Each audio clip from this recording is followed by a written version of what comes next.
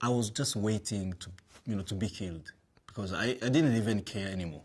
So I knew that one day someone, some militia would come and shot me and my sisters. And maybe rape my sisters and then shot them after. So that's what I was waiting. And then when we were announced that we are safe, I couldn't believe it. The funny thing that I didn't even want to go to church. Just I wanted to stay there, to enjoy the moment.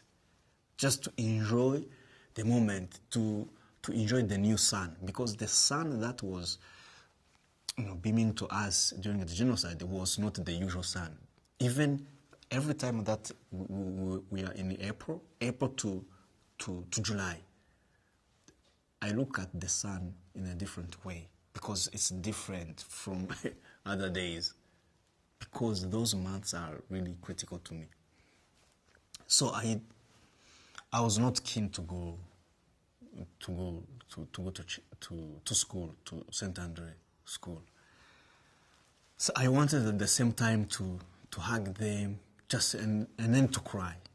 But they were, their attitude, they wouldn't allow you to approach them. Maybe some people risked and then take them by force, hugging them, thank you for rescuing us. But I didn't have force that to approach. But I wanted to approach them and then thank you. I was looking at them as Superman, like we see in the movies. It's these guys that defeated these people. These strange people. I don't call the militia and all those killers animals. No, it's insulting animals because animals, they have their own laws. They don't kill each other. They kill to survive. That's it. They're not animals. They are just bad people. They're horrible people. So I couldn't believe that they were defeated. So I wanted to thank them. I was just looking at them, observing them, and wondering what they were made of, if they were like humans like us. But we went to College St. Andre, and I wanted to join the military, but at 16-year-old, but my sister refused, saying, no, the war is not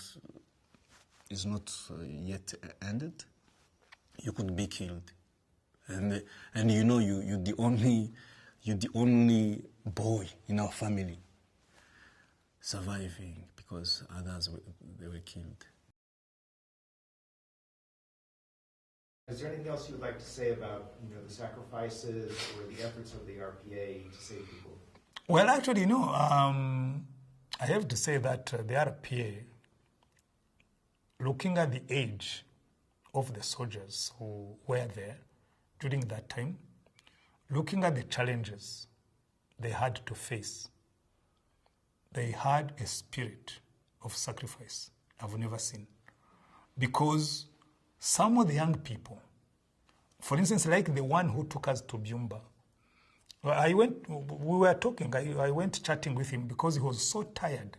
I couldn't tell he was so tired. So I just went with him to comfort him. I told him, just keep on, don't give up, don't be discouraged because we depend on you.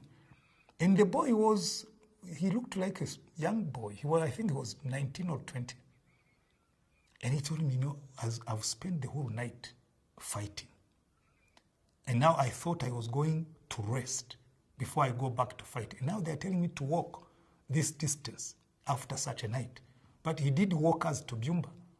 So you look back, actually, and you see a spirit of commitment, you see a spirit of sacrifice, you see a spirit of selflessness.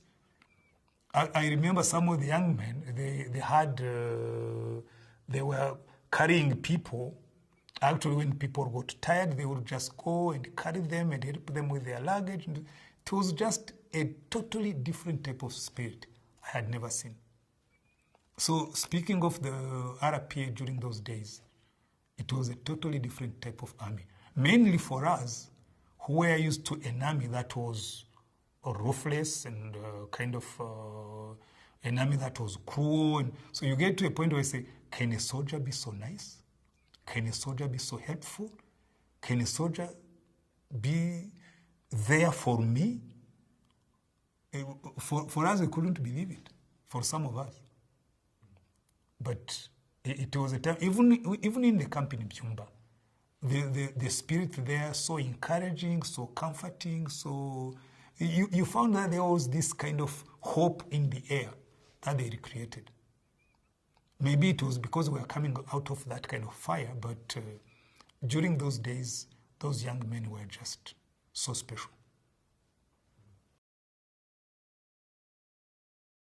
I remember me and my cousin jumping on the bed, laughing and smiling and screaming, "We are being saved, we are being saved."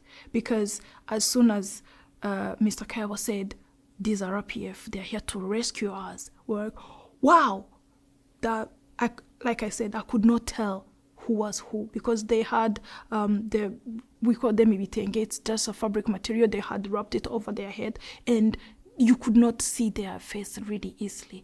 And we didn't know them. But the sound of knowing that the RPF soldiers, they're here to rescue us, that was the only thing I needed, or that's the only thing we needed. So I remember I was wearing a short before going to bed, and all I did, I just grabbed a pant and put it on, and I think the shoes or not, I don't remember exactly, because I don't remember if I was wearing shoes.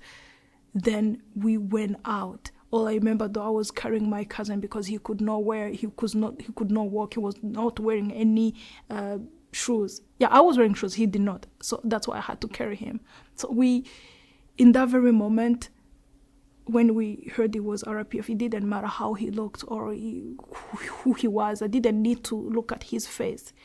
But when we got out, they were just surrounding us, on the sides, and they walked with us. So in that particular moment, all I can tell you, I was happy for two reasons. First, I was being saved from a machete. Second, I was not going to be raped. At least, I wasn't going to be raped and be killed. So it was a good feeling. That's why that particular moment, anything could happen from that moment, but I wasn't scared no more.